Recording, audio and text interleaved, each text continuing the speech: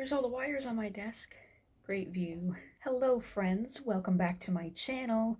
Today I'm going to be discussing a poster that I have called the 100 Reads of a Lifetime. Let me go get it. Today we are going to be talking about all the books that I have to read for this 100 Epic Reads of a Lifetime poster that I got from my cousin. I want to make it clear, this is not sponsored by the company who made it. I only have 23 subscribers at this point, so obviously they're not going to contact me to sponsor them. I got this as a gift by my cousin in January.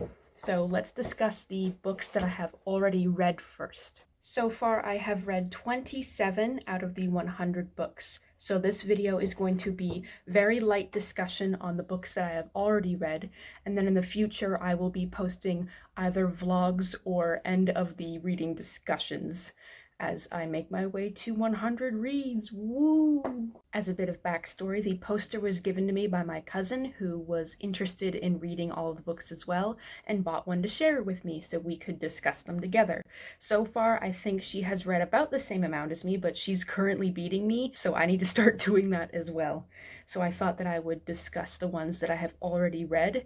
Most of them were read during high school, so let's get started. I will be discussing them in order that they appear on the poster. So the first poster book that I read was Life of Pi by Yann Martel. I read that this year. I gave it 1 star. It's just not my genre. I don't like philosophical fiction. I found the book too short, not very detailed, very boring, going on a lot of tangents that I didn't like. I had seen the movie previous, and I think that it works better as a film because there's a lot of visuals in the novel that look better when you're obviously looking at them instead of imagining them. One cool thing, though, is that the author is an alum at my university, so that's really cool. But other than that, it's just school literature to me. Like, it's something you could write your essay on, so 1 star. The second book on the poster is To Kill a Mockingbird by Harper Lee. I read this one in high school, obviously for English class. I had to write the whole paper on it. It's very good for what it is. It's a very good introduction to racial issues in America, in the South, in that time period. I haven't read the sequel, I don't want to, but it was pretty good for what it was when I had to read it when I was 14, so that one gets 3 stars. The third book on the poster is The Handmaid's Tale by Margaret Atwood. I had to read this one for my university course about the history of Canada in the 1980s, and I don't like it. I personally felt that it was too simple of a critique of feminism. I understand it was written in the 1980s, so a lot of it was very simple, but I just could not connect with the protagonist very well. I thought it was very boring. I thought it was very like, oh no, like I already know all these issues, and I already know that they are currently still happening, so it was not very interesting for me to read. I know that the show had to make it even gorier for it to send the message now, so once again, it's very simple. I gave it 1 star. The fourth book is A Clockwork Orange by Anthony Burgess. I gave this one 2 stars. I had to read it in my first year university English course. It was very hard to get into, and not just because of the slang, but the violence and the horrible actions of the main character. I couldn't really sympathize with him after that, but it kept me engaged while I was reading it, and I was able to write appropriate responses and essays to it for my course, so it wasn't that bad. I didn't like the movie very much, but I can respect it for what it is, so 2 stars. Book number 5 on the poster is Frankenstein by Mary Shelley. I've already made a video recommending the book. I have read it both in high school and in university for classes. I love it so much. I cannot get enough of it. It is one of my favorite books. The creature's storyline is so heartbreaking. His desire for acceptance and companionship is just so gripping, and the descent of Victor into his madness is also very compelling, and I love the setup of a story within a story within a story. That is one of the only books that I've ever read that did it successfully, so I cannot recommend Frankenstein enough. 5 stars from me. Book number 6 is The Secret Garden by Frances Hodgson Burnett. Sorry if I mispronounced that. I read this one this year as well, and I never read it as a child, so I don't have the childhood nostalgia attached to it. I found the book weirdly paced, and the racial aspects a little bit too uncomfortable for a modern reading. I thought that it was cute enough, and the lesson was very simple and for kids, so I gave that one 3 stars. Book number 7 is this weirdly obscure book. I read it as a kid, so I'm gonna have to look at my notes to see the title. Harry Potter and the Philosopher's Stone by J.K. Rowling. I read that one as a kid. I haven't really thought about it since. 3 stars. I mean, why would I think about a children's book this far into my life? Book number 8 is Charlotte's Web by E.B. White. I read this one either in 3rd, 4th, or 5th grade, so I was a child when I read it. It was pretty harsh at the time of reading it. I remember this was the first book that I read that featured the killing of animals for food, and Charlotte dying was kind of upsetting to me at that age. But it was cute, it was very sad, and it was very good for when I read it, so that one was 3 stars as well. Book 9 is Pride and Prejudice by Jane Austen. I read this both for school and on my own, and I really, really like it. I think that the characters have really good development. I think the plot is engaging despite it just being a simple romance novel. I think it is the only book that has successfully done the Darcy-Lizzie enemies to lovers thing very well. I don't think any book has really captured what the characters go through and the dynamic of it, even though it tries, but it's a really, really good classic romance, so I do recommend it.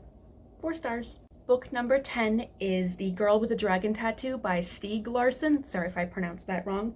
I'm not a huge thriller fan, but this one was fine enough.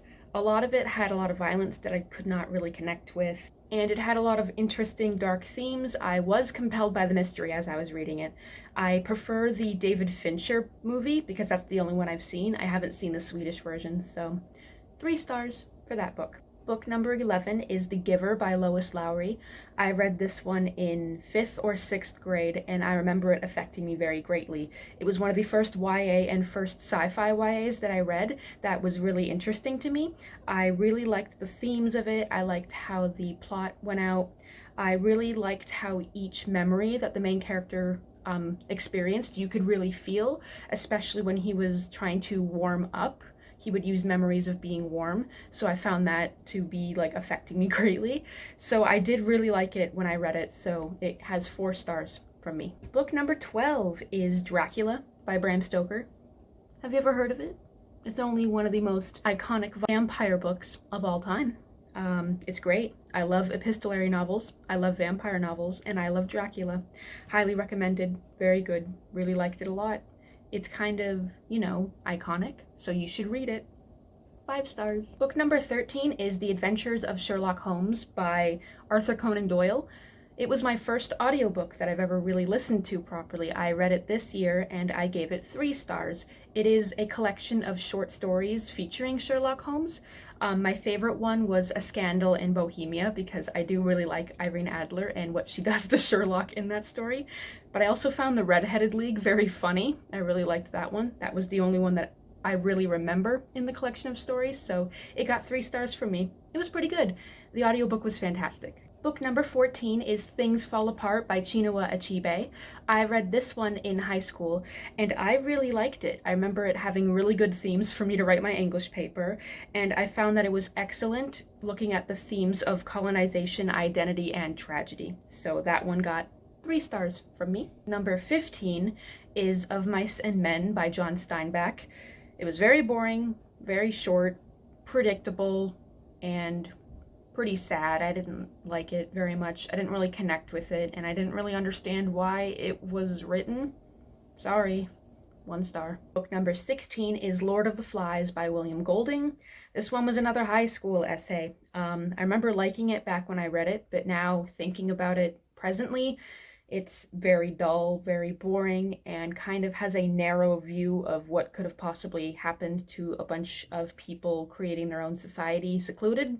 2 stars. Book number 17 is Romeo and Juliet by Willie Shakes.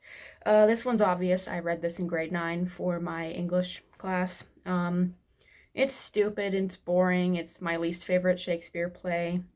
Just some teens screwing and killing each other for no reason. Dirty jokes, melodrama.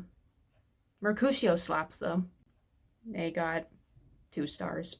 Book number 18 is Wuthering Heights by Emily Bronte. I had to read this one for my first year university English course, and I really wish I hadn't read it for that context because I can only see it in my reading response context. I liked the dark themes, I love the gothic, I love the vengeful, I love the romance, I love the drama. The framing device is a bit shit, but I love the angst. I love how nasty Heathcliff is. So I liked it despite a few flaws, so 4 stars. Book number 19 is The Odyssey by Homer. I don't know why they don't have the Iliad on here. The Iliad is much better than the Odyssey. I've had to read the Odyssey like 5 times for university. It's a classic. It's a fun read. It's so long for no reason. Penelope is perfect and Odysseus can choke. So I gave that one 4 stars. Book number 20 is Charlie and the Chocolate Factory by Roald Dahl. I read this one as a kid. I really liked it, but I remember it being a bit too preachy and judging what kids did, and I found it not as dark as his other works. Like The Witches and George's Marvelous Medicine, those ones were really dark when I read them as a kid, and they fucked me up. So this one was good enough. It was 4 stars for me. Book number 21 is The Help by Katheryn Stockett. Nope.